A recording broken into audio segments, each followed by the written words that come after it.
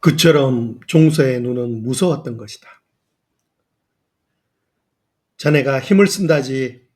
이것은 종서의 첫말이었다. 황송한 말씀이외다 하고 꿇어앉은 윤성의 망건 편자의 땀방울이 맺히었다. 이때 종서의 어깨에 매달려 다리를 들었다 놓았다 하던 만동이가 쏜살같이 윤성에게로 달려가더니 고사리 같은 손으로 윤성의 왼편 따귀를 한 개 떨고는 이놈! 하고 호령을 한다. 윤성은 하도 의외인 일에 어안이 벙벙하였다. 그러나 둘째 순간에는 숨이 막히도록 분통이 가슴에 복받쳐 올랐다. 요것을 왼통으로 아작아작 씹어 먹어버렸으면 하고 만동을 흘겨보고 득하고 이를 갈았다.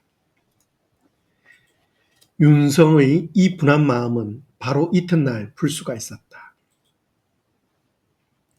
손수 만동을 거꾸로 쳐들고 요 녀석하고 두 다리를 잡아 찢어 죽여버렸다. 종소는 낄낄 웃으며 자네 이런 때 이기는 법을 아는가? 하고 만동은 책망도 아니하고 도리어 윤성을 가르치는 듯이 묻는다. 윤성은 분을 참느라고 침만 꿀떡꿀떡 삼키고 말이 없었다. 종소는 한 번 더 눈을 들어 윤성을 바라보더니 윤성의 낯빛이 푸르락 누르락 하는 것을 보고 무엇을 생각하는지 고개를 끄덕끄덕하고는 다시 벽에 걸린 활 둘을 내어놓으며 어디 이것 당겨보게 하였다. 윤성은 분김에 한 활을 들어 힘껏 당기었다. 활짝 밟아 쥐었을 때 와치끄는 소리가 나며 활이 부러지었다. 윤성은 부러진 활을 방바닥에 내던진다. 종서는 웃으며 오, 과연 장사로세 하고 다른 활을 집어주며 어디 이것도 분질러 보게. 못 분지르면 벌주를 줄 테고 분지르면 상으로 술을 줌세 하고 껄껄 웃었다. 그러고는 술을 내오라고 분부를 하였다. 윤성은 둘째 활을 받아 지그시 당겨 보았다. 윤성의 팔은 떨리고 나체는 핏대가 썼다. 활은 거의 타원형을 이루도록 벌어지고는 다시는 꼼짝도 아니하였다. 윤성은 두 무릎을 세우고 있는 힘을 다하여 활을 당기었다. 그러나 팔이 떨리고 관자놀이에 핏대만 터질 듯이 불뚝불뚝 일어설 뿐이요. 활은 그 이상 꼼짝도 아니하고 도리어 주춤주춤 뒤로 물러오려 하였다. 마침내 윤성은 참다 못하여 활을 방바닥에 내려놓고 시생 벌주를 먹겠습니다 하고 소매로 이마에 땀을 씻었다. 오, 장살세 하고 종서는 웃었다. 종서는 사랑하는 어린 척 도림나를 나오라 하여 윤성에게 술을 치라 하였다. 도림나는 종서가 야화라고도 부른다. 야화란 두만강가에서 생장한 야인의 추장의 딸로서 함길도 절제사 이징옥이가 야인과 싸울 때 포로로 잡아온 것을 윤성이가 꺾으려던 활과 함께 자기의 은인이 되는 김종서에게 선물로 보낸 것이다. 야인의 딸이요 들에서 주워왔다 하여 야화라고 종서 스스로 부르거니와 절제가 애첩을 두었다는 말은 당시 여러 사람의 호기심을 일으키었고 그놈을 숭상하는 선비들에게는 일국의 재상으로 하지 못할 일이라는 비난도 받았던 것이다. 야화는 술을 쳐서 윤성에게 권하였다. 윤성도 야화의 말을 들었던 터이라 감히 정신은 못하더라도 술을 마시느라고 고개를 드는 채 하고 두세 번 야화를 바라보았다. 눈같이 흰살, 칠같이 검은 눈, 주홍으로 그은 듯한 입, 윤성은 뼈가 저림을 깨달았다. 일이 성사가 되어 종서를 역적으로 몰아 죽이고 종소의 집과 처첩을 정몰할 때 첫째로 만동이 놈을 찢어 죽이고 둘째로 야화를 첩으로 데려오리라 하였다.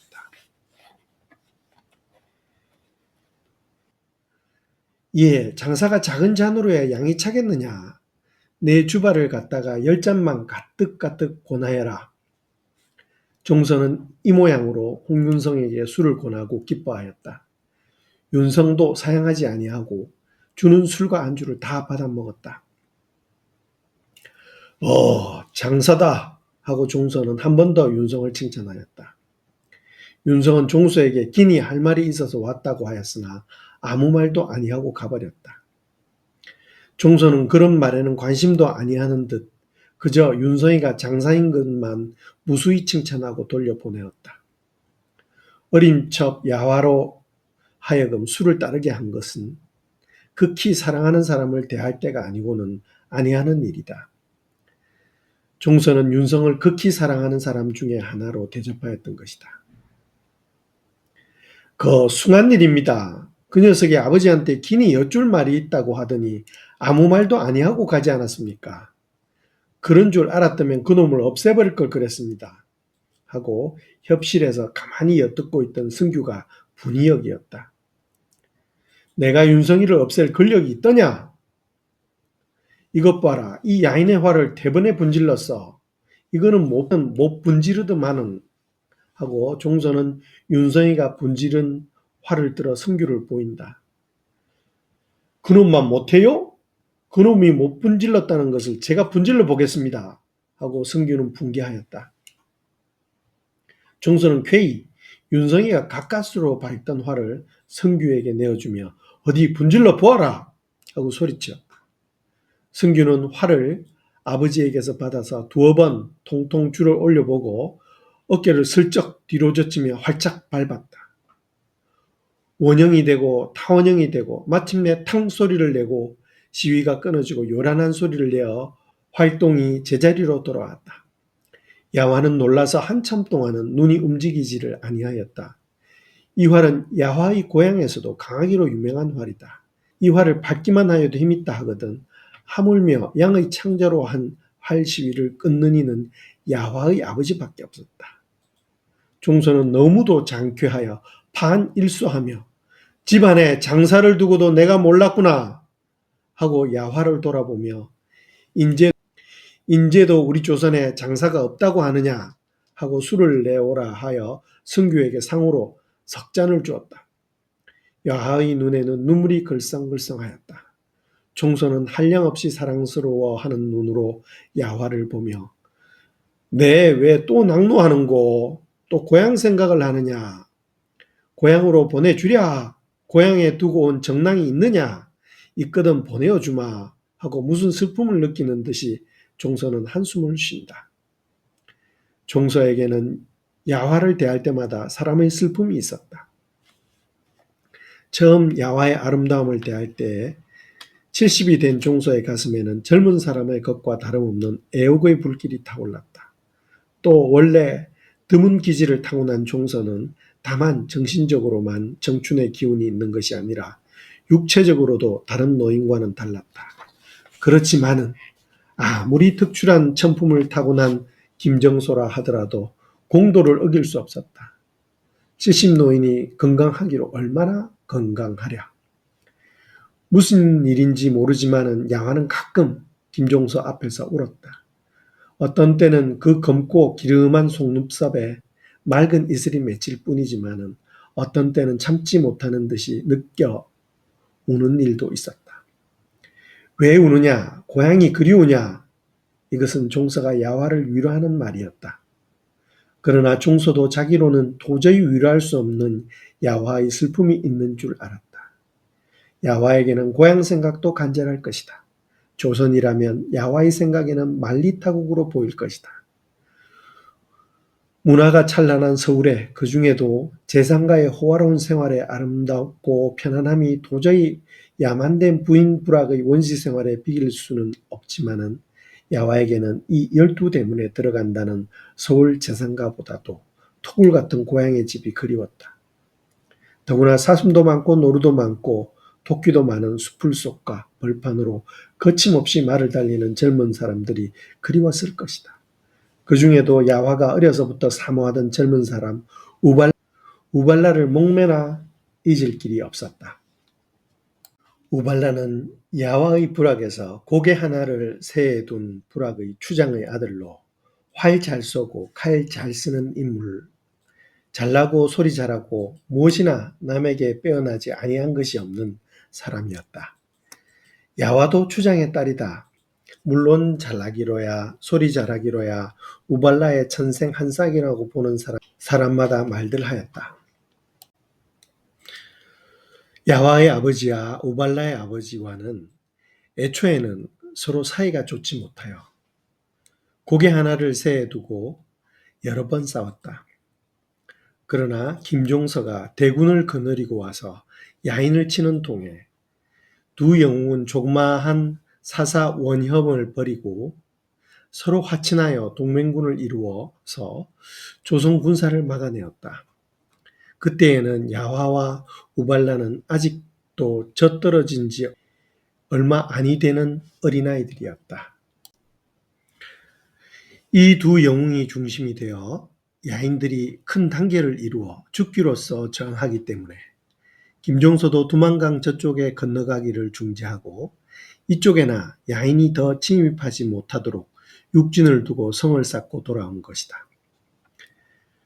그 후 10년간 조선과 야인 사이에는 평화가 계속하였다. 조선 군사도 두만강을 건너가지 아니하고 야인도 감히 조선 지경으로 건너오지 아니하였다.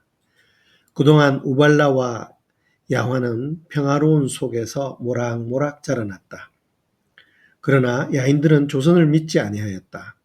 김종서는 서울로 가버리었으나 김종서 대신으로 절제사가 되어 온 이징옥은 야인들이 보기에 김종서만 못지 아니한 영웅이었다. 그래서 야인들은 말없이 자제들에게 말타기와 활쏘기, 칼쓰기, 창쓰기를 가르치고 언제든지 조선 군사가 쳐들어오거든 막아낼 준비를 하고 있었다. 야인의 젊은 사람들은 대개 조선 군사의 손에 죽은 자의 아들이나 동생이나 조카였다.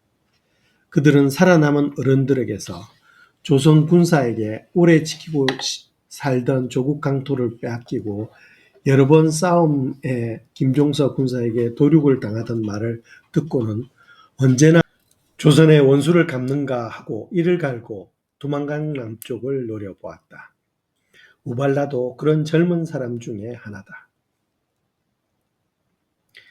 우발라의 아버지와 야화의 아버지는 더욱 맹세를 굳건히 하기 위하여 우발라와 야화와 서로 혼인하기를 약속하였다. 우발라를 모르는 처녀가 있고 야화를 모르는 총각이 있었으랴. 이를테면 가장 잘난 왕자와 가장 잘난 왕녀가 결혼을 하는 셈이었다.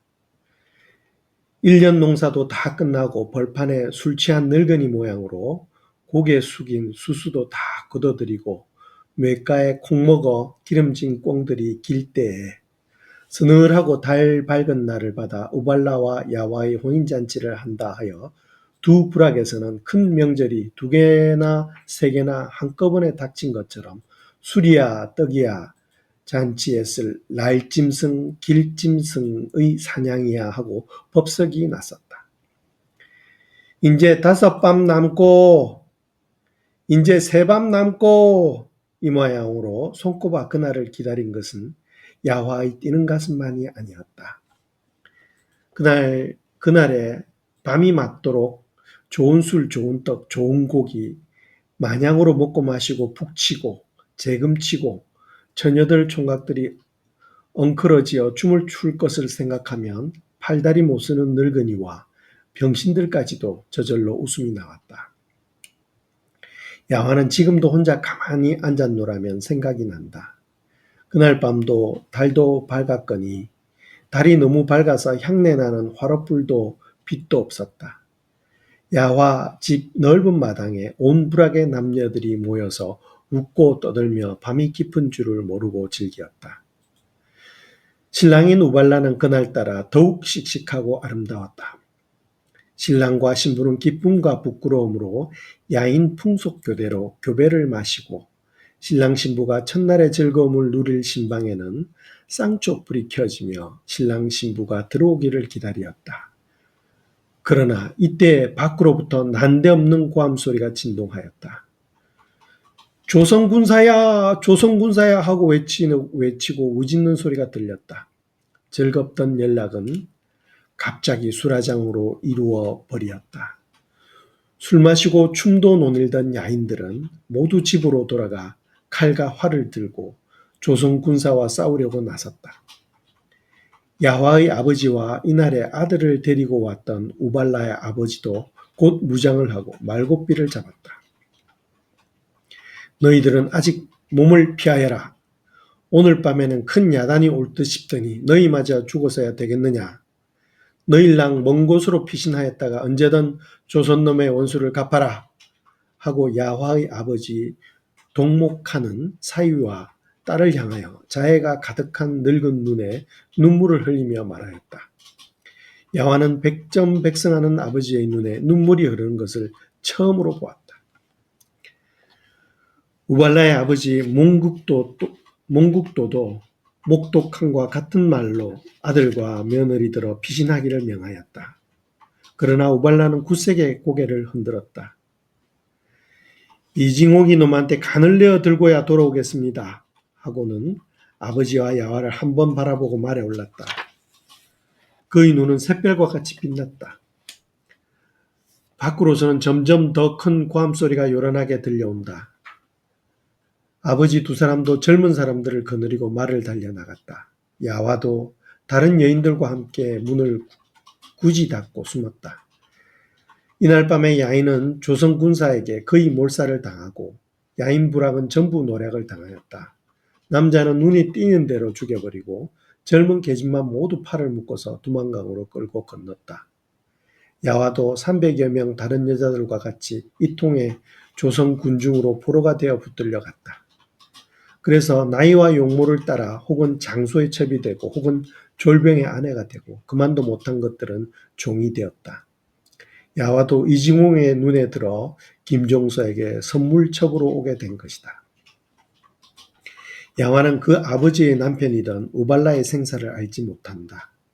어떤 때에는 죽었으려니 하고 울고 어떤 때에는 살았으려니 하고 혹시 금생에 만날 때가 있을까 하고 멀리 북방을 바라본다. 그러나 야화는 일찍 이런 말을 아무에게도 한 일이 없었다. 그의 슬픔은 오직 그가 혼자만 아는 슬픔이었다. 내가 죽거든 젊은 남편 얻어가거라. 이렇게 종서는 야화를 위로하였다. 그것은 종서가 야화에게 할 수 있는 유일한 말인 것 같았다. 홍윤성이가 돌아간 뒤에 종서는 이상하게 비감함을 깨달았다. 청춘의 기운참을 보고 자기의 노쇠함을 슬퍼함인가. 그것도 있었다. 야화가 윤성과 성규에 힘쓰고 남자다움을 유심히 봄을 볼 때에 질투에 가까운 일종의 불쾌를 느낌인가. 그것도 있었다. 시국의 뒤숭숭함을 혼자 힘으로 수습하기 어려움을 한탄함인가. 그것도 있었다. 그러나 그것뿐만 아니오. 무엇인지 형언할 수 없는 비감이었다. 야화야, 오늘 하루 나를 즐겁게 해다오. 하고 늙은 소나무 가지와 같은 손을 내밀어 부드럽고 흰 야화의 손목을 끌었다. 이렇게 종서는 야화도로 술을 치라하여 평일보다도 술을 많이 마셨다. 그러고는 평일보다 더욱 다정하게 은근하게 야화를 어루만지었다. 벌써 방안이 어두워 야화의 얼굴이 취한 종서의 늙은 눈에 어른어른 컸다 작았다 하게 되었건만은 불을 켜려고도 아니하였다. 야화는 종서를 모신 지 반년이 넘어도 아직까지 이처럼 종서가 취태를 부리는 양을 보지 못하였다. 아무리 술을 먹어도 눕거나 기대는 일이 없고 야화를 보고도 취담을 하는 일도 별로 없었거든. 오늘은 야화의 무릎을 빼고 허리를 안고 손을 잡고 취담을 하였다. 바로 저녁상을 받았을 때 문 밖에 인기척이 있는 것을 보고 야화가 누가 왔나 보아요 할 때 비로소 종서는 야화의 무릎에서 일어났다. 아버지! 아버지! 성규는 아버지가 야화와 같이 있는 줄을 알고 밖에서 두어 소리를 불렀다. 성규의 마음에도 늙은 아버지의 심사가 벅 처량하였다. 인력으로 할 수만 있으면 여호와의 마음을 움직이어서 좀 더 정성스럽게 아버지를 사랑하게 하고 싶었다. 그러나 그럴 새가 있을까 하고 승규는 한숨을 한번 쉬고 아버지의 대답을 기다렸다. 오, 왜 그러느냐 하고 종서의 소리가 어두운 방에서 들린다. 아버지, 수양대군이 오셨습니다. 무엇이? 누가 왔어? 하고 종서는 자기의 귀를 의심하지 아니할 수 없었다. 안평대군은 여러 번 찾아왔지만 수양대군은 올 까닭이 없는 것이다. 수양대군이 오셨습니다. 하고 승규는 창밖으로 더 가까이 온다. 수양대군이 오셨어? 안평대군이 아니오. 수양대군이? 하고 종서는 승규들어 방으로 들어오라 하였다. 수양대군이야요. 대궐에서 나오는 길인지 관복을 입고 오시었어요. 웬 수상한 놈을 2, 3인 데리고 왔습니다. 모두 눈망울 하고 험상스러운 놈들입니다.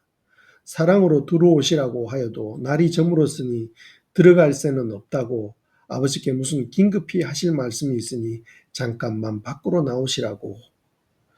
어째 모든 행동이 수상합니다. 아까 윤성이 놈 왔던 것 하고 다 수상하니 아버지 오늘 조심하셔요. 하고 승규는 야와와 함께 종서에게 관복을 입힌다. 그 왜 옷이었을꼬? 그러게 무슨 일이라고는 말이 없더냐? 하고 저녁상도 밀어놓고 승규의 부액을 받아 종서는 안중문을 나서서 대문 안 넓은 마당으로 나왔다. 바깥은 아직 그처럼 어둡지 아니하였다. 수양대군은 양정, 유수 이문을 뒤세우고 우두커니 대문 안에 서 있었다. 종서는 국궁하여 수양대군에게 예하고 수양대군은 읍하여 대신 답례하였다. 종서의 좌우에는 승규와 신사면, 윤광은이 옹이하고 서서 마치 대진한 것 같았다. 나으리가 이렇게 노옥에 왕림하시니 소인의 생광이 비길 데 없사외다. 대단 황공하오나 잠깐 들어오시지요. 하고 종서가 수양대군을 사랑으로 인도하려 하나 수양대군은 손을 흔들어 막고 이렇게 늦게 찾아 미안하오. 날이 저물어 성문을 닫을 때가 되었으니 들어 앉을 수는 없소. 대감 집 좋으시오. 집은 후일에 와서 다시 보려니와 잠깐 대감에게 물어볼 말이 있어서 왔소. 아니 여기 서서 한마디만 물어보면 고만이오. 하고 수양대군은 어째 말이 두서를 잃었다. 종서가 굳이 권하는 것을 이기지 못하여 사랑마당에까지 들어왔으나 방에는 들어오지 아니하고 수양대군은 겨우 말머리를 찾은 듯이 영웅 부인 일 말이오. 영웅 부인이 동네 온정에 갔다고 해서 종부사에게 말들이 되는 모양인데 대감 의향은 어떠시오? 하고 좀 싱거운 듯이 승규와 좌우에 선 사람들을 바라본다. 영흥대군은 세종대왕의 아드님 8대군 중에 끝의 아드님이요. 또 가장 사랑하던 아드님이다. 영흥대군의 부인 송씨가 성태를 못한다 하여 나인을 데리고 동네 온정에 목욕을 갔다고 해서 대간이 시비를 일으킨 것이 바로 이때이기 때문에 수양대군이 일만으로 온 것처럼 말을 한 것이다. 그러나 아무도 수양대군이 이 일만으로 온 것이라고 생각할 수 없었다. 그래서 김종서는 대답할 바를 알지 못하여 잠깐 머뭇머뭇하였다. 수양대군도 자기 말이 우스운 듯하여 그래 마침 본래에서 그 말이 낫기로 대감의 이항을 먼저 듣는 것이 옳을 듯 싶어서 나오는 길에 잠깐 들르느라고 이렇게 늦었소이다 하여 자기 말을 증거한 모양으로 관복과 사모를 만진다.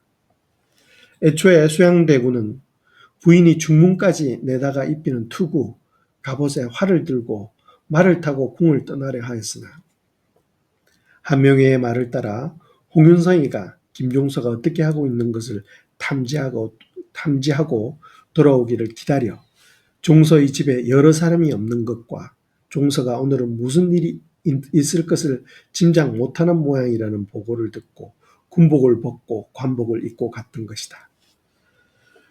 군복을 입고 가면 노상에서 수상이 알 뿐더러 김종서의 집에서도 반드시 의심을 더욱 기피하여 방비를 하게 할 것인즉 방금 본래에서 나온 모양으로 차리는 것이 가장 그럴듯하다고 명예가 아랜 것이다. 수양대군은 손을 들어 사모를 바로 쓰려는 듯이 뒤통수를 만지는 서슬에 오른편 사모뿔에 꽂은 대목이 부러지어 땅에 떨어지었다. 아차, 웬일인고? 이게 왜 부러진단 말인고? 이 고이한 일이로군. 하고 수양대군은 부러진 사모뿔을 손에 들고 흔들었다. 기실 고해할 것은 조금도 없었다. 이것이 다 한명회가 수양대군에게 준 꾀다. 만일 성규가 종서 곁을 떠나지 아니하거든 사모뿔을 떨어뜨리라. 그리하면 반드시 종서가 성규를 시키어 가져오게 하리라. 이렇게 꾀를 정한 것이다. 성규가 종서의 곁에 있고는 비록 양정 유수 이문이 합력하더라도 종서를 당하기 어려운 줄 안 것이다. 종서는 물론 그 꾀를 알았을 리 없다. 그렇지만은 왕자가 내 집에서 사모뿔을 분질렀으니 일각이라도 주저할 수가 없어서 곧 자기의 것을 빼어서 그게 웬일입니까? 없습니다. 황송원아 이것을 꽂으시게요 하고 두 손으로 수양대군에게 드렸다. 수양대군은 개교가 틀어짐을 보았다. 이렇게 종서가 제 머리에 꽂았던 것을 빼어주면 성규는 곁을 떠나지 않고 말 모양이니 이래서는 아니 될 것이다. 수양대군은 종서가 받들어 드리는 사모뿔을 받아들고 그 원 미안하외다 하며 사모에 꽂아보더니 이것이 맞지를 않는군요. 좀 굵은 걸 원 들어가야지 하고 아무리 꽂으려 하여도 아니 꽂아지는 모양으로 얼굴을 찡그린다. 종서는 이 광경을 보고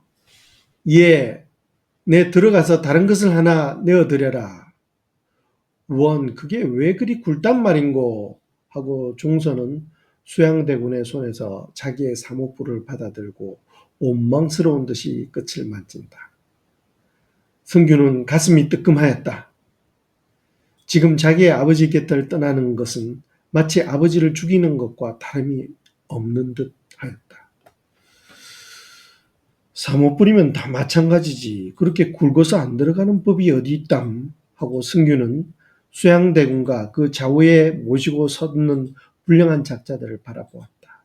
그리고 아버지 말을 못 들은 듯이 발을 움직이려 하지 아니하고 곁에 있는 신사면, 윤광은 두 사람을 눈질하여 바라보았다. 종서는 성규가 자저하는 양을 보고 그 뜻을 모름이 아니나 이러한 경우에라도 안 돌아보지 못할 것은 체면이다. 더구나 아비의 명령이 아들에게 시행되지 않는다는 말은 죽을지언정 차마 듣지 못할 것이다. 어서 내어다 드리려무나 있는 대로 여러 개 가져오너라. 그 중에는 맞는 것도 있겠지 하고 종서는 성규를 재촉하였다. 성규는 심히 난처한 경우를 당하였다. 수양대군이 온 것이 결코 심상한 일이 아니다. 아까 윤성이가 다녀간 것이나 또 지금 수양대군이 불량하게 생긴 위인을 데리고 와서 들어앉지도 아니하고 게다가 사모뿔을 분지르는 것이나 어느 것이 수상치 아니한 것이 없다. 그러나 부명을 어길 수가 없다. 성규는 사면, 광원 두 사람에게 한 번 더 뜻있는 눈을 주고 안으로 들어갔다. 사면, 광원 두 사람은 성규의 뜻이 자기네들어 종서의 곁을 떠나지 말라는 것임을 알고 전보다 한 걸음씩 다가들어 종서를 옹위하고 섰다. 글쎄외다. 영흥대궁 부인이 동네 온정에 가신 일은 소신도 들었소이다마는 종실 일이니까 정부에서 마음대로 처단할 수 없어서 그렇지 아니하여도 나으리께 여쭈려고 하였습니다. 하고 종서는 잠시 대답할 기회를 놓치지 아니하려는 듯이 말한다. 이르는 동안에도 수양대군은 연해 기미를 엿본다. 성규가 도로 나오기 전에 해버려야 할 텐데 종서가 그 새별같은 눈으로 자기 눈을 마주보는 동안에는 아무리 효용무쌍하다는 수양대군으로도 수족을 놀릴 수가 없었다. 그처럼 종서의 안광은 사람의 폐부를 꿰뚫는 듯 하고 겸하여 그의 눈은 매눈과 같이 잠시도 방심함이 없이 사방을 살피는 듯하였다. 수양대군은 일생에 이때처럼 어떤 사람의 위험에 눌려본 일이 없었다. 저번 명나라에 사신으로 갔을 때에는 코끼리들이 수양대군의 위험에 눌려 일체의 무릎을 꿇었다 하거니와 그처럼 위풍이 늠름한 수양대군도 김종서의 안광에는 헤아릴 수 없는 무서운 무엇으로 내리눌리는 듯한 압박을 깨달았다. 그 압박은 다만 종서의 안광과 위풍에서만 나오는 것이 아니다. 옳지 못한 것이 옳은 것을 대할 때에 당하는 꿀림이 수양대군을 겁나게 한 것도 적지 아니한 것은 말할 것도 없다. 내가 죄 없는 사람, 지극히 옳은 사람을 헤아려 하는구나 하는 생각이 수양대군의 마음속에 번개같이 지나갈 때에는 수양대군의 등골에 식은땀이 쭉쭉 흘렀다. 대사해 하고 수양대군은 구부러지려는 마음의 허리를 억지로 펴고 신사면 윤광원을 향하여 대감께 은밀히 할 말이 있으니 자네네들은 잠깐 저리로 가게 하고 최후의 결심을 하였다. 신윤 양이는 할 수 없이 물러섰으나 서너 걸음밖에 더 물러서지 아니하고 우뚝 섰다. 수양대군은 소매에서 편지 한 장을 내어 종서 앞에 내어 밀며 여기 편지 한 장이 있으니 이것을 좀 보아주시오 한다. 그건 무슨 편지오니까 하고 종서가 받아드는 것을 보고 수양대군은 보시면 자연 알지요. 대감께 오는 편지면 청하는 편지밖에 있겠소 하고 껄껄 웃는다. 수양대군의 우랑찬 웃음소리는 고요한 밤을 흔든다. 종서는 의심 없이 편지를 떼어 달빛에 비추어 읽었다. 10월 초 열흘 달빛은 촛불에 지지 않게 밝았다. 왼편으로 돌린 종서의 얼굴에 찬 달빛이 가득히 차고 사모태가 번쩍번쩍하였다. 실로 갸륵하고 아름다웠다. 그러나 수양대군은 달빛에 비친 종서의 모양의 아름다움을 완상할 여유가 없었다. 수양대군은 오른손을 들었다. 그것은 군호다. 수양대군이 오른손을 드는 것을 보고 이문은 옷 속에 숨겼던 철여의를 뽑아 번개같이 김종서의 뒤통수를 내리갈기었다. 김종서는 본능적으로 손을 들어 머리를 가리려 하였으나 이문이 두 번째 치는 바람에 사모와 어울려 머리가 갈라져 붉은 피를 쏟고 나으리 이런 법이 없소 하며 수양대군을 한번 흘려보고는 땅에 거꾸러진다. 이문은 한 발로 종서의 허리를 밟고 등과 머리를 난타할 때 승규가 안으로 뛰어들어왔다. 승규가 나오는 길로 손을 들어 이문의 목덜미를 잡아 한번 내어두르니 땅바닥에 꿀을 받고 서너 걸음이나 미끄러진다. 이놈! 하고 승규의 발이 한번 번쩍 들렸다가 이문의 등을 밟을 때 이문은 쿵 하는 소리와 함께 피거품을 부구국 물고는 숨이 끊어지고 말았다. 이러는 동안에 신사면, 윤광은은 양정과 유수에게 모두 허리가 두동나서 죽어버렸다. 유수가 꼼지럭거리려고 일어나려 하는 김종서를 마저 죽어버리려고 달려들 때 승규는 이문을 버리고 이문의 손에 들렸던 철여의를 들고 유수를 음습하였다. 역종놈아, 너도 그 자리에 꼼짝 말고 가만히 섰어. 하늘이 무심하지 아니한 줄 알아라. 하고 한번 수양대군을 흘려보고는 승규는 대드는 유수의 칼을 슬쩍 몸을 비켜 피하는 서슬에 철여의를 들어 유수의 칼든 팔을 갈기니 어깨 쪽지 바로 밑에서 유수의 팔이 부러지어 축 늘어지고 칼은 소리를 내고 땅바닥에 떨어진다. 승규와 유수가 겨루는 틈을 타서 양정은 종서를 엄습한다. 승규가 유수의 팔을 분지른 때는 바로 양정의 칼이 종서의 목을 향하고 내려오는 때다. 승규는 오직 한 길밖에 없었다. 그런데 그 길을 취하였다.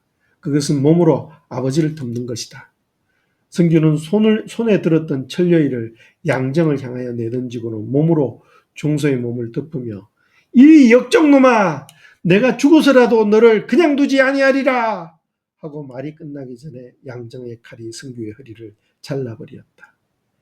이 역적놈아 하고 승규가 원수 같기를 맹세한 것은 수양대군이었다.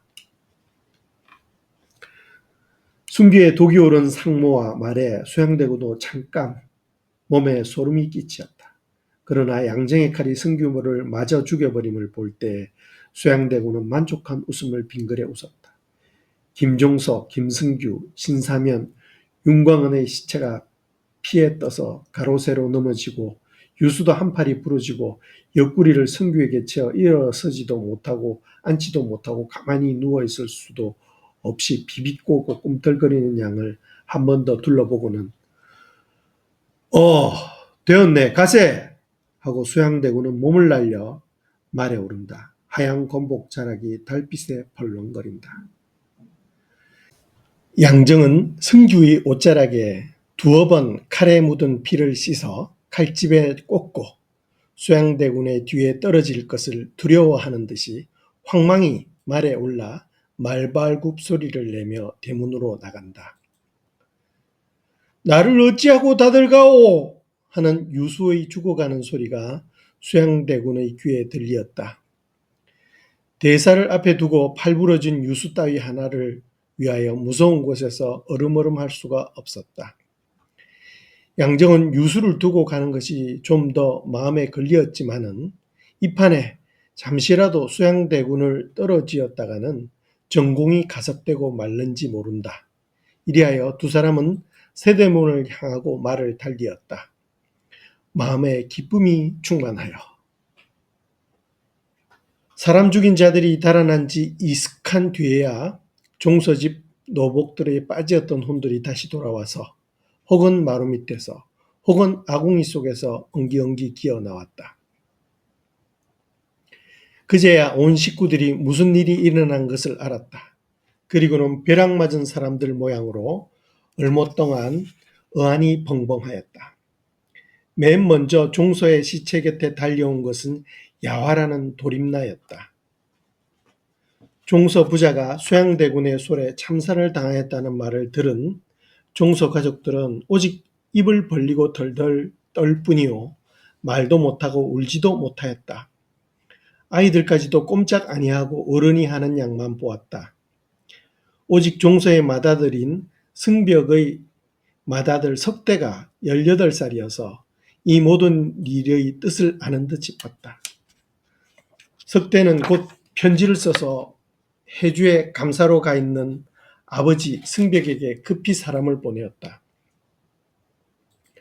부인네들이 모두 덜덜 떠는 판에 오직 하나 태연히 중문으로 뛰어나온 것은 야화다.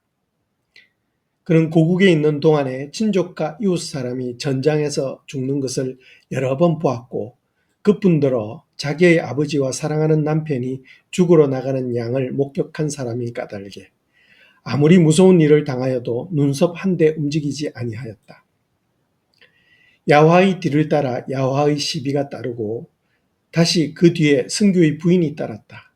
이 광경을 보고는 집에 있는 모든 식구와 비복들이 모두 황황하게 뒤를 따랐다. 야화는 종서의 가슴 위에 얹힌 승규의 시체를 손수 젖혀 놓았다. 야인의 딸인 야화에게는 그만한 힘과 용기가 있는 것이다. 그러고 치맛자락으로 종서의 얼굴의 피를 씻었다. 종서의 얼굴에는 종서의 머리에서 흐른 피와 승규의 목과 허리에서 뿜은 피가 엉기어 달빛에 번쩍거리었다. 야화의 치맛자락이 한참이나 왔다 갔다 한 뒤에야 종서의 눈과 코와 입이 분명히 드러났다. 그러한 뒤에 야화는 손을 종서의 코에 대었다. 숨이 없는 듯하다. 얼른 종서의 앞가슴을 헤치고 왼편 젖가슴에 귀를 대어본다. 심장이 뛰는 소리가 아주 죽지는 아니한 모양이다. 야화는 다시 종서의 코에 손을 대어본다. 숨도 있다.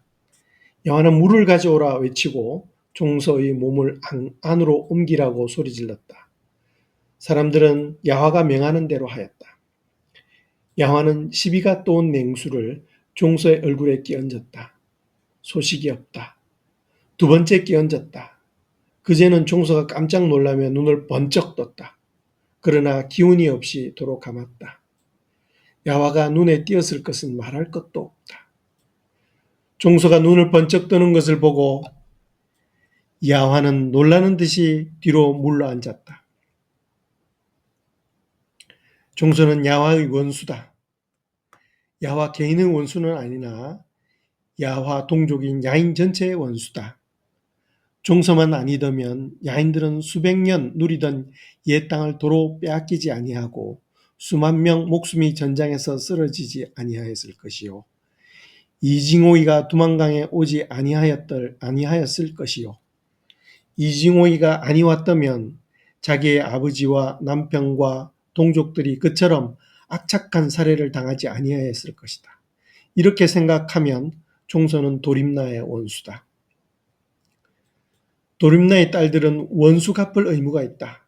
혹은 부모를 위하여, 혹은 형제를 위하여, 혹은 남편을 위하여 원수 갚을 의무가 있다. 만일 이 의무를 다하지 못하면 죽어서도 좋은 곳을 가지 못하고 혹은 짐승으로 태어나고 혹은 벌레로 태어나서 천만급을 지나더라도 그 원수를 갚고야 갈 대로 가는 것이다. 이렇게 야인의 딸들을 생각한다. 아버지와 남편이 분명히 죽었으면 야화는 이징옥에게 원수를 갚아야 한다. 김정소에게도 원수를 갚아야 한다. 누가 김종서를 죽였다 하면 도림나에게 한 원수는 없어진 것이다. 그러나 김종서는 자기가 반년간 섬기던 남편이다.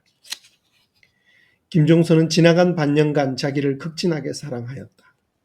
원수인 것을 잊어버릴 만큼 극진하게 사랑하였다. 그렇다 하면 야인의 법대로 야화는 김종서의 몸에 박힌 칼이나 화살을 맨 먼저 뽑아야 하고 상체에 흐르는 피를 맨 먼저 씻어야 하고 만일 아직도 숨이 남았으면 마지막 물 한 모금 손수 떠 넣어 주어야 하고 또 이 남편의 원수도 생전에 갚아야만 하는 것이다.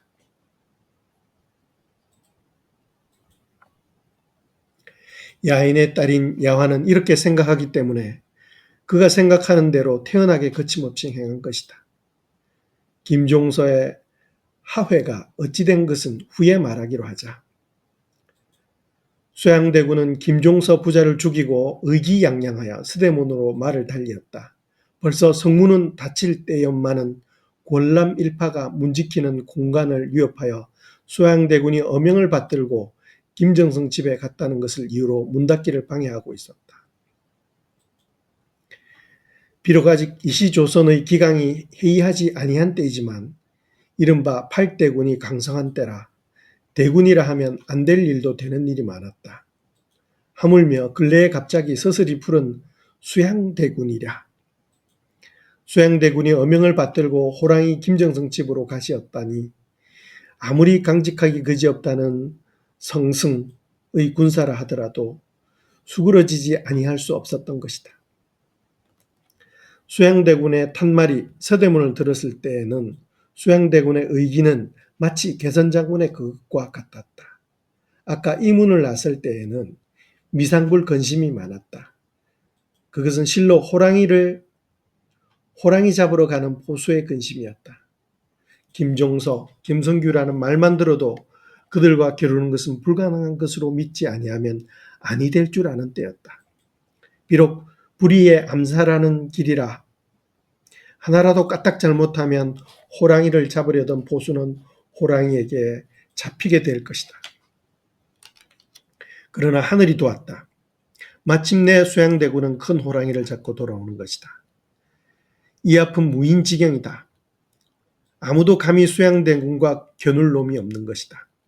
좀 굵직굵직한 놈들은 오늘 밤으로 조처해버리고 좀 것들은 내일 하루에 쓸어내이면 고만이다. 그러고 나면 내 세상이다. 다시는 내어놓지 아니할 내 세상이다. 이렇게 생각하면 수양대군은 아무리 참으려 하여도 웃음을 금할 수 없었다. 그것은 줄인 듯이 목마른 듯이 구하는 수양대군의 권력욕이다. 그러나 한 가지 근심은 김종서 집에서 누가 빠져나가서 이 일을 황보인에게 벌써 말하지나 아니하였나 하는 것이다. 그렇다면 황보인은 군사를 풀어 먼저 서대문을 막고 자기를 방어할지도 모른다. 그렇지만은 순군이 내 손에 있으니 이렇게 기뻤다. 근심했다 하면서 수양대군은 서대문에 다다랐다. 서대문이 환하게 열렸다. 일은 되었다. 서대문에서 기다리던 권람, 권원, 한석위, 한명진이 수양대군을 나와 맞는다. 수양대군은 마상에서 썼네! 한마디를 권람이야 네 사람에게 던지고는 이때 잠시도 지체할 수 없다는 듯이 기운차게 말을 달려간다. 양정도 네 사람을 잠깐 바라보고 빙긋 웃고는 수양대군의 뒤를 따랐다. 오늘의 큰 공은 내 것이다 하는 생각이 양정으로 하여금 몸에 날개가 돋치어 궁중에 홀홀 날아오는 듯이 생각해 하였다. 여덟 말발굽 소리가 초어스름의 장안 대도를 울리며 소골 앞을 지나 야주계를 지나 자학골로 올라갔다. 종침교 다리에는 등불이 보였다. 점점 가까이 가보면 그것은 분명히 궁에서만 쓰는 사초롱이었다. 수양대군 궁에서 누가 나와서 기다리는 것이다. 기다리는 자는 한명회였다. 한명회는 4~5인의 활을 메고 창든 무사를 데리고 자기는 중추막 백립의 예사 차림으로 마상에 올라앉아 있었다. 그때는 아직도 태조 건국시대의 무풍이 많이 남아서 자역으로 말을 타는 것이 성풍하였던 것이다. 예정한 시각보다 늦도록 수양대군이 안이 돌아오는 것을 보고 명회는 적이 염려가 되어서 이처럼 나와서 기다리는 것이다. 만일 좀 더 기다려보아도 수양대군이 안이 돌아온다 하면 이런 패한 것이니 그런 줄만 알면 명회는 이 길로 강원도 양양으로 달아나려 한 것이다. 말을 탄 것은 이러한 연유도 있는 것이다. 이것은 정말 말발굽 소리요 하고 귀를 기울이고 있던 무사 하나가 말하였다. 사람들은 모두 귀를 기울였다. 과연 멀리서 들리는 다듬이 소리 같은 소리가 야주계 편으로 들리는 것 같았다. 이 소리도 그 소리가 아니면 큰일이다. 이것은 다만 명예만의 근심이 아니었다. 투드락 투드락. 이것은 진실로 말발굽 소리였다. 달빛에 어른어른 이리로 오는 그림자가 보인다. 명예의 눈은 그 그림자에 박히었다. 나으리시오 하고 한 무사가 나직한 소리로 외친다. 나으리 같으면 내 사람일 텐데 하고 명예가 바라본다. 분명히 수양대군이다. 수양대군의 흰 관복과 한편 사모뿔이 없는 것까지 분명히 보인다. 수양대군의 말은 탄 주인의 기운을 아는 듯이 내굽을 안아 띄었다. 성공한 기쁨으로 뜀인가 실패하여 도망함인가 등불 앞에서 말이 우뚝 선다. 한명에는 나으리 하고 등불빛이 비친 수양대군의 얼굴을 근심스러운 눈으로 들여다보았다. 그것은 빙그레 웃는 낯이었다. 그놈을 잡았네 하고 수양대군은 의기양양하여 새끼까지 잡았네 하고 양정을 돌아본다.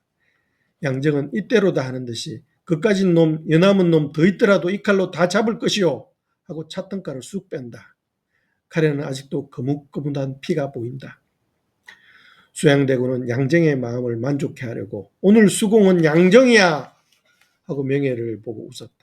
명예는 그것 보시오. 무사를 데리고 가서 엄습한 것보다 일이 수월하지 아니하오이까 하고 자기 개교가 맞은 것을 내세운다. 그렇고 말고 자네 개교가 여합부절이야. 사모뿔만으로는 안 되어서 그 편지를 내어주었네 하고 수양대군은 명예를 기쁘게 한다. 그래 놈이 그 편지를 뽑더이까. 모두 자네 개교대로야 달빛에 비추어 보대그려 그러는 것을 이문이가 하다가 수양대군은 이렇게 한담하고 있을 때가 아닌 줄을 불현듯 깨달은 듯 말을 뚝 끊었다가 시각이 바쁘니 자넬랑 무사들을 데리고 바로 교동으로 가게. 나는 순청으로 가서 순군을 데리고 감세 하고 수양대군은 말을 제치어 서십자각을 향하여 달린다. 양정이 그 뒤를 따르고 명예가 데리고 왔던 무사 중 두 사람이 역시 그 뒤를 따랐다. 수양대군의 그림자가 아니 보이게 된 때에 명예는 달을 향하여 한번 빙그레 웃었다. 이제는 강원도 양양으로 아니 가도 된다. 그의 개교는 귀신 같은 듯 하였다. 명예는 자기의 개교가 하도 신통한 것을 스스로 찬탄하였다. 자기는 장량, 제갈량에 지지 않는 모사라고 스스로 우러러 보았다. 이렇게 요새말로 자아도취의 쾌미를 보면서 명예는 수양대군 궁으로 말을 달렸다. 큰일은 이제부터다. 닭 울기 전에 조선을 한번 뒤집히는 것이다. 하고 명예는 마상에서 손을 품속에 넣어 깊이 간직한 조그마한 책 한 권을 만져본다. 그 책은 살생부다. 명예가 1년 내에 두고 꾸민 살생부다. 몇 번이나 명예는 이 살생부를 펴보고 언제나 이것을 시행할 날이 올까 하고 기다리었던고. 그런데 그날이 왔다. 오늘 밤이 그날이다. 죽을 사람의 허두에 이름이 적힌 김종선은 벌써 죽었다.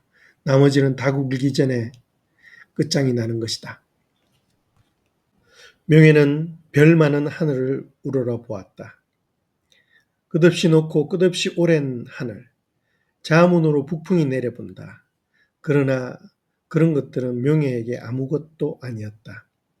오직 피 흘리고 죽는 대관들의 모양, 그것이 유쾌하였다. 그 대관들인 그놈들은 내게 원 한 자리 안 준 놈들이다. 10월 10일은 왕의 누님되는 경혜공주의 생신이다. 왕보다 4년 위가 되는 경혜공주는 지금 17살이다. 공주의 남편이 영양위 정종인 것은 독자도 기억할 것이다. 정종은 수양대군으로 더불어 명나라에 가기를 겨루다가 수양대군에게 진 사람이 아닌가. 왕은 이날을 기억하시어 영양위 궁에 거동하시기로 하였다. 13살 먹은 어리신 몸으로 부모도 없고 형제자매도 없고 그렇다고 마음껏 장난을 같이 할 동무도 없는 궁중 생활은 왕에게는 지긋지긋하게 멀미가 났다. 13살이면 한창 장난칠 때가 아닌가. 넷이나 궁녀들을 데리고 간혹 술래잡기도 하고 윷놀이도 하며 일시 즐겁게 웃고 뛰놀 때도 있지만은 혹 늙은 신하의 눈에나 띄면 임금의 몸으로 더구나 거상 중인 몸으로 그리 하실 수 없습니다 하고 매양 파홍을 시키었다. 그리고 글만 읽으라고 아빙고를 메워 날마다 우참찬 정인지가 들어와서 보기도 싫은 좌전을 펴놓고 제황공인이 진문공인이 하는 이야기만 하였다. 그 중에는 재미있는 이야기도 많으나 재미없는 것, 알아듣지 못하는 것이 더욱 많았다. 아무리 재미있다 하여도 궁여시켜 이야기책 보게 하는데 비길 수는 없었다. 왕이 장난에 미쳐 젊은 내시들과 나인들과 가댁질을 하고 즐겁게 놀 때 기면 한숨 같은 늙고 중성스러운 내시는 그것이 물이든지 흙이든지 왕의 앞에 꿇어 엎디더 상감마마 이리 하실 수 없습니다 하고 이 말을 조아리었다. 그러면 왕은 머쓱하여 장난을 그치고 같이 놀던 내시와 궁녀들은 돌아보지 아니하고 내전으로 뛰어들어가서 일부러 소리를 높여 왱왱 글을 외웠다. 글을 싫어하심은 아니었다. 아직 나이 어리시지만은 5원, 7원으로 고풍은 물론이오거니와 칠구와 같은 것도 지으시어 여러 문신들의 찬탄을 받았다. 그렇지만은 글도 잠시다. 언제나 하고 싶은 것은 장난이었다. 파조 후에 왕은 지긋지긋한 늙은이들의 이야기판을 벗어난 것만 기뻐서 편전으로 나오시어서는 누가 윷을 안 노느냐 나고 놀자 나를 이기거든 상주마 하고 나인들을 부르신다. 그러면 나인들은 왕을 기쁘시게 하느라고 나도 하고 왕의 앞에 가서 앉는다. 상감마마께 웃어 지시면 상을 주시려니와 소인이 지면 어찌하오리까 하고 나인이 웃으며 묻는다. 내가 지면 이야기를 하나 하여라. 이야기를 있는 대로 다 상감께 아뢰었으니 어디 남은 것이 있습니까? 아따 그러면 이야기책이라도 보려무나. 이리하여 유판이 벌어지면 저녁 수라가 오를 때까지 희희낙낙한다. 이런 줄을 또 어떻게 듣고 정인지나 기타 명나라 사람 다 된 어진 채 하는 노신들이 절반 이상이나 한문 문자를 섞어가며 전하께서 일방의 인군이 되시었으니 소위 한식하시옵고 여한이 있으시옵거든 성경 현전이나 상고하실 것이오. 내시나 궁녀로 더불어 희롱하심이 만만불가하시외다 하고 말썽을 하면 왕은 시끄러운 듯이 나도 그런 줄 아오마는 편전에서 좀 놀기로 어떻소 하시는 일도 있었다. 이러한 때 맨 먼저 생각되는 것이 누님되는 경혜공주다. 교동 영양이 궁에만 가면 아주는 마음을 놓지 못하여도 궁중보다는 적이 마음을 놓고 놀 수가 있는 것이다. 사랑하는 동기와 한자리에 모여 왕이 거동하시는 때면 반송이 강자순에게 하가한 수축 양씨의 몸에 난 경숙공주도 반드시 영왕이 궁으로 온다. 논의는 것이 어린 왕에게는 가장 큰 기쁨이었다. 하물며 이날은 경혜공주의 생신까지 되니 왕의 기쁨이야 비할 데가 없었다. 왕은 경혜공주의 생신을 벼르고 별러 이날 파조 후에 영양이 궁으로 거동을 납시었다.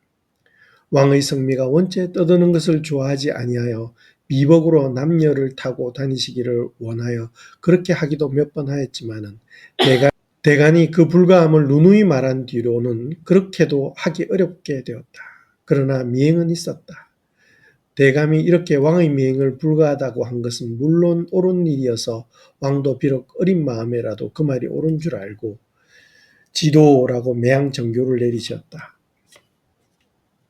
그러나 대간이 왕의 미행을 그렇게도 성화하게 더구나 근래에 와서 불가하다고 상소지를 하고 말썽을 부리는 데는 반드시 그렇게 충성된 동기만 있는 것은 아니었다.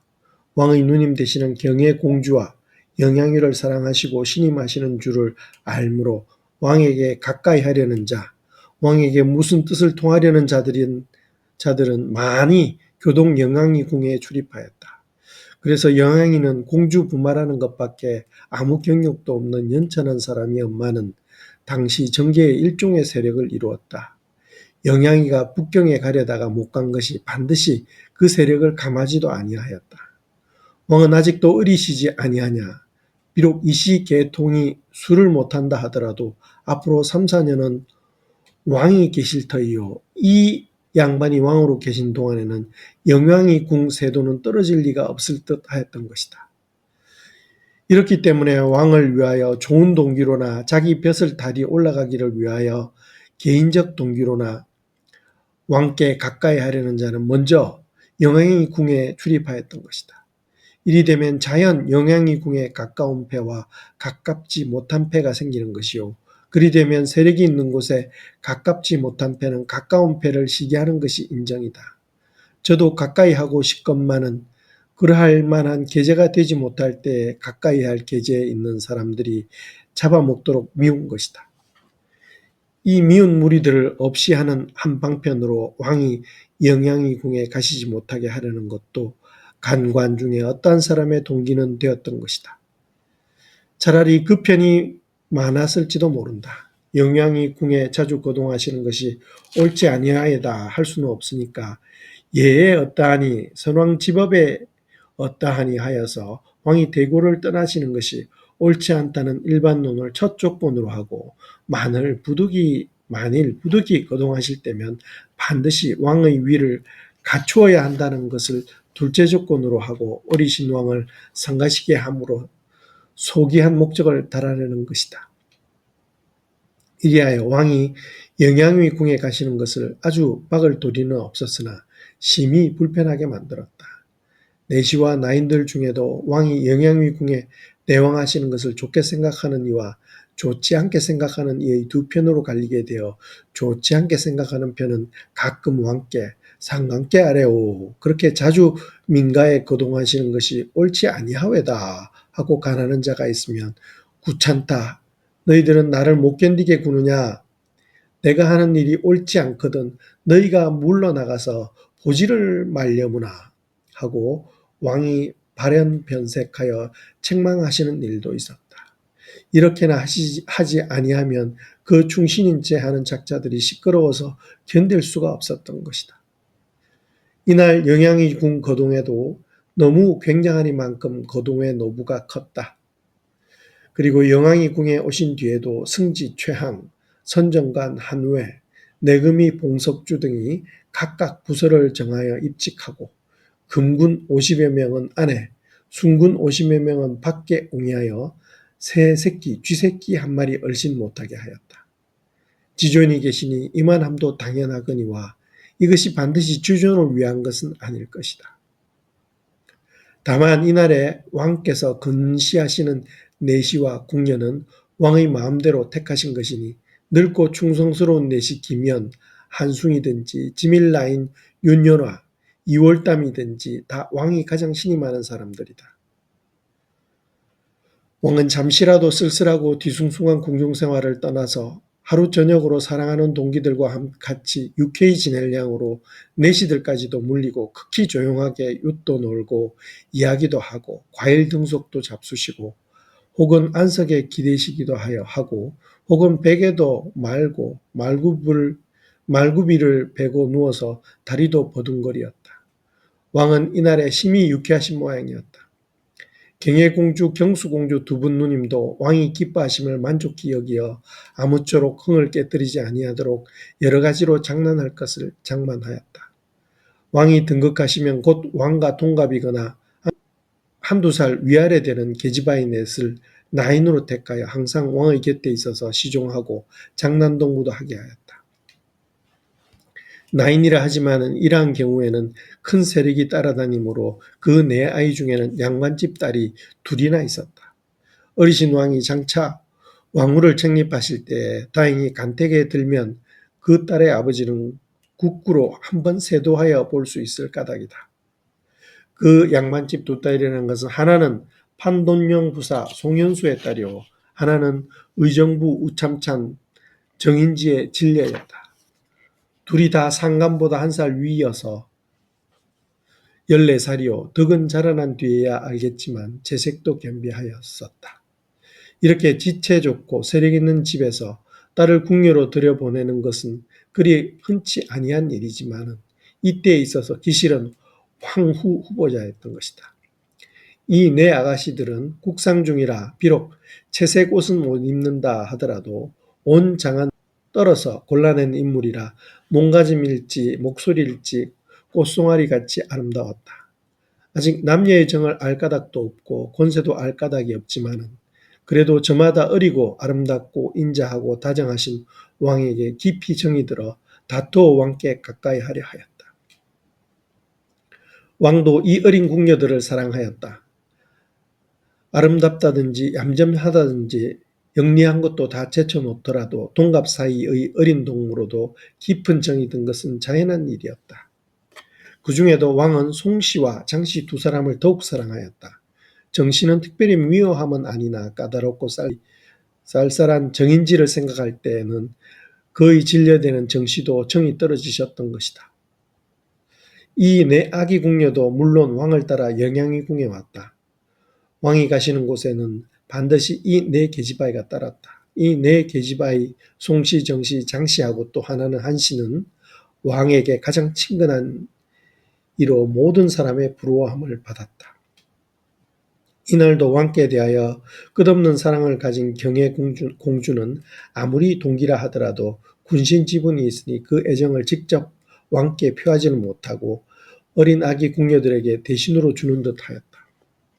이렇게 이날 밤 영양이 궁 안방에는 기쁨과 정다움과 웃음이 차고 넘치어 밤이 깊을수록 더욱 그 즐거움이 깊어가는 듯하였다. 혹시 피차에 몸에 입은 상복을 바라보고는 성하신 부왕을 생각하며 잠시 눈물이 괴는 때도 있었지만은 그래도 은초때 휘황하게 밝은 촛불빛에는 눈물조차 한숨조차 아름답고 즐겁게 되고야 마는가 싶었다. 협실에 멀리 모시고 있는 늙은 상궁들과 내시들도 모두 마음을 놓고 하사하시는 술과 음식에 취하고 배불러 가느다란 눈으로 어리신 성상에 만수무강하시기를 빌고 있었다. 그러나 이 화평한 시간은 오래가지 못하였다. 영양이 궁 대문 밖에는 난데없는 말발굽 소리가 울렸다. 수양대군이 감순 홍달손의 부하인 순군 200명과 한명회가 거느린 무사 100명의 옹유를 받아 상감의 행제소인 영양이궁으로 달려온 것이다. 200~300여 명의 군사들의 들레는 소리는 영양이궁 안방까지 들렸다. 방금 어린 내 궁녀가 손을 마주잡고 돌아가며 달아 달아 밝은 달아 이태백이 놀던 달아를 부르는 때다. 왕은 놀라는 듯이 손을 들어 궁녀들의 노래를 막으며 바깥이 왜 이리 소란하냐 하시었다. 왕은 높은 지위에 있는 2만 가지의 의혹을 눈으로 바라보며 한 번 더 이게 웬 인마의 소린고 하신다. 공주들도 놀라서 왕과 같이 귀를 기울이고 어린 궁녀들도 노래를 그치고 눈이 둥글해서 왕과 공주를 바라보았다. 아마 순군들이 순 도는 소린가 보고 하고 지밀라인 윤연화가 아래인다. 그렇기로 저렇게 요란한가 승정원에 알아올리라 하여라 하고 왕은 안심을 못하시는 모양이었다. 나이는 내시에게로 달려가고 내시는 사랑의 임시로 있는 승정원으로 달려갔다.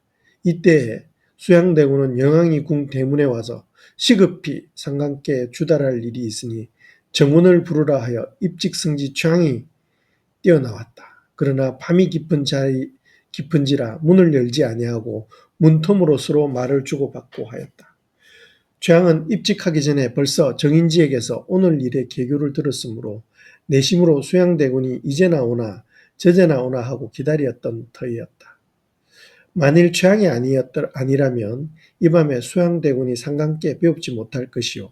상관께 배웁기 전에 김종서 죽인 소문이 영의정 황보인이나 병조팡성 민신의 귀에 들어가면 수양대군의 일은 수포로 돌아갈 것이니 그리려면 지금 거느리고 온 300명 군사로 영양이궁을 들이치고 승적군왕, 패적 역적의 최후수단을 써야만 할 것인즉 아직 여기까지 나아갈 용기도 없고 준비도 없는 것이다. 이러므로 이날 최양 한 사람의 향배는 수양대군에게 대단히 큰 일이었다. 최양도 비록 정인지의 부탁을 받았고 또 이런 일이 잘만 되면 일신의 부귀도 얻을 줄은 알지만은 그래도 정작 수양대군을 대하고 보니 곧 문을 열기가 어려웠다. 만일 수양대군을 들였다가 일이 틀리고 상감의 노여심을 받으면 어느 귀신이 집어가는지도 모르게 모가지가 날아갈 것이다. 최양은 두근거리는 가슴을 안고 주저하였다. 수양대군의 문 열라는 재촉이 성화 같으면 성화 같을수록 최양은 어찌할 바를 몰랐다. 수양대군은 최양이가 주저하는 뜻을 짐작하였다. 만일 김종서가 이미 죽은 줄을 알면 최양도 안심하리라.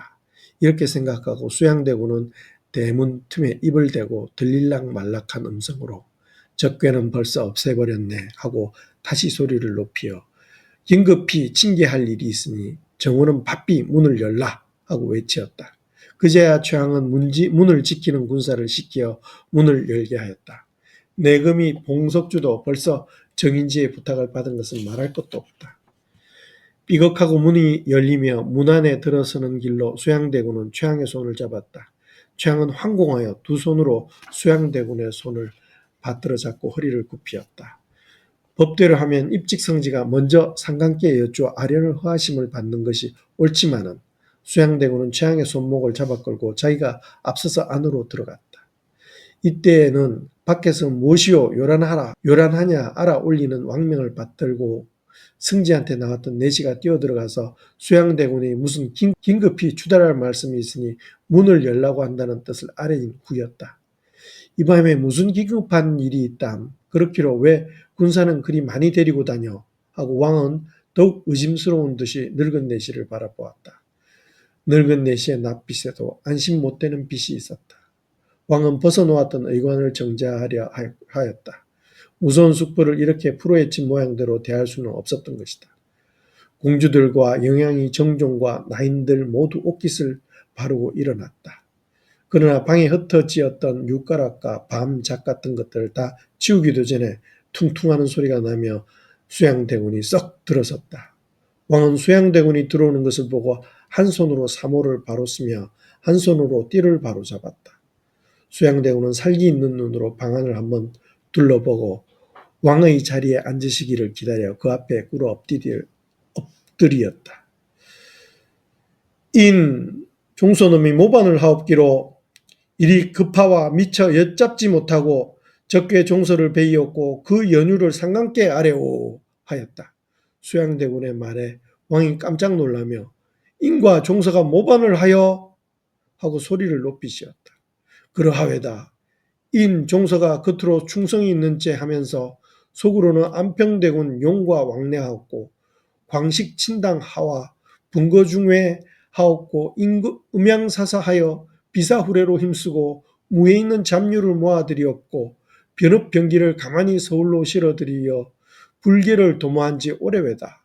시는 그 눈치를 안 지 오래오나 미리 발설하면 도리어 상관께 위태하심이 있을까 하와 가만히 그놈들의 형세를 살피었더니 오늘 10월 10일에 상관께 영양이 궁에 거동하시는 기회를 타서 밤 오경에 영양이 궁을 엄습하려는 꾀를 세운 줄을 아옵고 신이 몸소 종소의 집에 가서 종소를 죽이고 오는 길이오나 아직 여당이 남아 있어오니 형세가 잠옷 위급하옵니다 하고 수양대군이 아뢰었다. 왕은 놀라시며 아니 그럴 수가 있겠소. 인과 종서가 무엇이 부족하여 역모를 하다니 그럴 수가 있겠소. 늙은 것들은 심히 음흉하외다. 상관께 어리신 것을 타서 안평대군을 세우려 함이외다. 안평대군이라니 안평숙부가 나를 반한단 말이오 하고 왕은 수양대군을 바라보았다. 수양대군은 차마 왕의 눈을 바라보지 못하여 고개를 숙이며 안평이 담담정과 무의정사를 이룩하고 천하의 선비를 모아들이는 것이 다 까닭이 있는 것이외다 하고 왕의 주의를 안평대군에게로 끌려오고만 하였다. 수양대군의 말을 들어보면 어린 왕의 생각에 또 그럴 듯도 하였다. 더구나 이 밤으로 자기를 해하려 올 계획을 하였다 하니 13살 된 왕에게 급이 앞설 것도 자연한 일이다. 수양대군이 이처럼 자기 앞에 부복한 것을 보면 당장 수양대군이 자기를 해할 것 같지는 아니하였다. 그렇다 하면 이 처지에 있어서 왕이 믿을 곳은 수양대군밖에 없는 것 같았다. 더욱이 수양대군의 용모에 부왕과 비슷한 데가 있는 것을 보고는 왕은 숙부인 수양대군을 의지하는 생각이 더 나는 듯 하였다. 그러면 인과 종서와 같이 역모에 참여한 놈이 몇 놈이나 된단 말이오 하고 왕은 어린아이답지 아니한 말을 물으시었다. 수양대군은 옳다구나 하는 듯이 좌찬성 이양호흡고 하고 꼽기를 시작한다. 이양이라니 이양이면 종실아니오 하고 왕은 한 번 더 놀라고 의심하는 빛을 표하였다. 이양은 태조대왕의 서영의 아들이다. 그러하외다. 이양도 안평의 패외다. 또 하고 왕이 재촉하신다. 병조판서 민신허없고 이조판서 조국관 허없고 또 병조판서 이조판서도 병조판서 이조판서도 예 그러하외다. 민신 조국관이 본래 종서의 무리외다. 그러면 정부와 육조가 다 역모에 들었단 말이오. 윤처공, 이명민, 원구, 조번 등은 안에서 응하였고 함길도 절제사 이징옥은 종서의 신복이었고 종성부사 이경유는 이징옥의 명을 받아 병기를 종서의 집으로 실어왔었고 평안도 관찰사 조수량, 충청도 관찰사 안왕경은 다 이 무리외다. 수양대군이 역적이라고 꼽는 사람을 보니 대개가 부왕이신 문종대왕의 구명을 받은 사람들이라 아니 놀랄 수가 없었다. 그래 그 사람들이 다 역모를 하였단 말이오. 아바마마의 구명을 받은 자들이 하고 왕은 진실로 무서움에 눌려 몸의 떨림을 깨달았다.